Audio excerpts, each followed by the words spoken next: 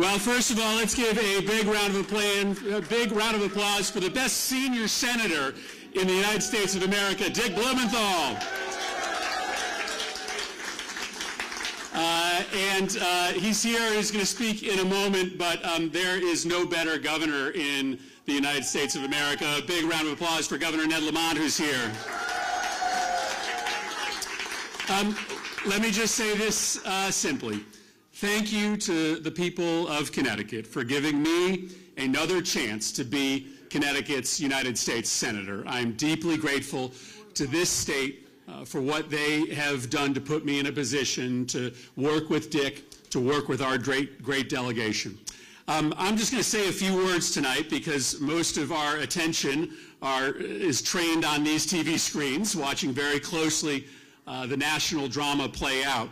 But I only ran two pretty simple TV advertisements, digital advertisements this election. But I hope they encapsulate why I'm so excited to have the opportunity to serve another term representing Connecticut.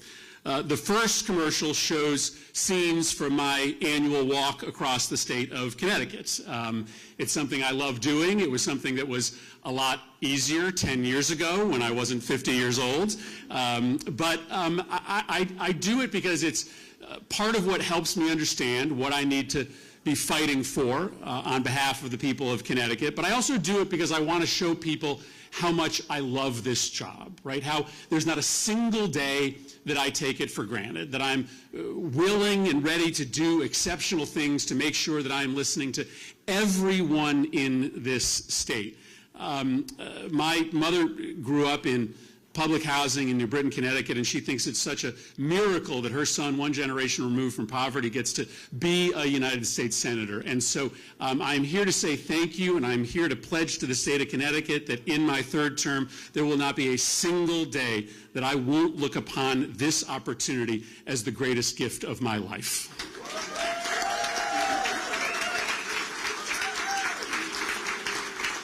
The second commercial of this campaign talks about my work with Senator Blumenthal 2 years ago to pass the first gun safety measure passed in the United States Congress in 30 years, the Bipartisan Safer Communities Act. I just think on a night like tonight, it's important to remember that we don't work as Democrats and as progressives to win elections. Elections are a means to an end. We work so hard on these elections because we want to change people's lives, right? We don't accept a world in which big corporations capture all of the power and resources, leaving peanuts for the rest of us, right? We don't accept a world in which our children fear for their lives when they walk to school and when they sit in school. We run these elections to win, but then to do something with the power that we are given by the voters. And I'm very proud of the accomplishment that we have been able to achieve together as a pair, as a partnership in the Senate. But I tell you, I'm prouder of nothing more than after 30 years of the gun lobby being in charge of Washington, D.C., watching Connecticut lead the growth of the modern anti-gun violence movement, and 2 years ago passing the Bipartisan Safer Communities Act.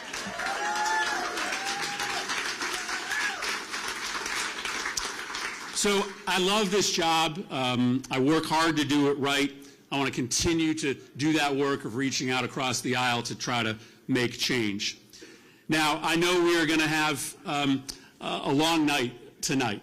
I don't think we'll necessarily know this evening what the outcome is, whether we continue to control the United States Senate, whether we're able to make Hakeem Jeffries the next Speaker of the House of Representatives. But I have a feeling in my heart that we have left it all on the table. I know that there is no effort that wasn't spared, and I am hopeful and confident, whether it be tonight, tomorrow morning, or Wednesday afternoon, that Kamala Harris is going to be the next President of the United States.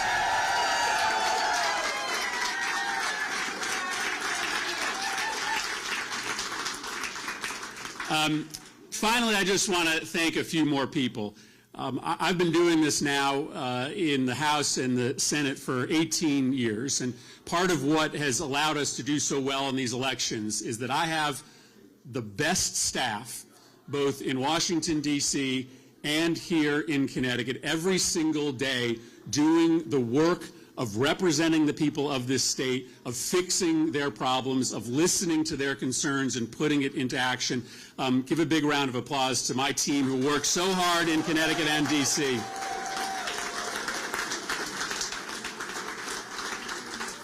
We ran a big coordinated campaign this year all across the state, lifting up everyone who was running, state legislative candidates, our congressional delegation. By the way, I hope pretty soon we'll be able to congratulate Johanna Hayes in a big win out in the 5th Congressional District. And from Max to Andre to Brandon to Sean to Maya to Nyanika to Aaron to the dozens of organizers that have been working all across the state, a big round of applause for an awesome campaign team.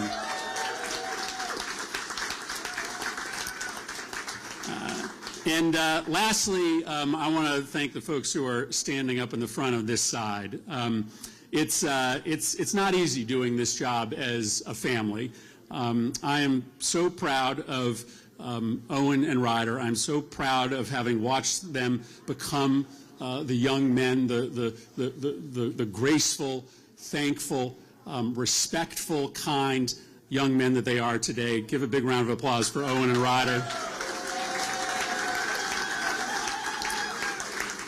And Kathy, I know that this has never been easy to hold this all together, but there is no way that our family would have survived this journey. There is no way that we would have been able to take this journey without what you have done. There are no words to tell you how grateful I am to you, Kathy.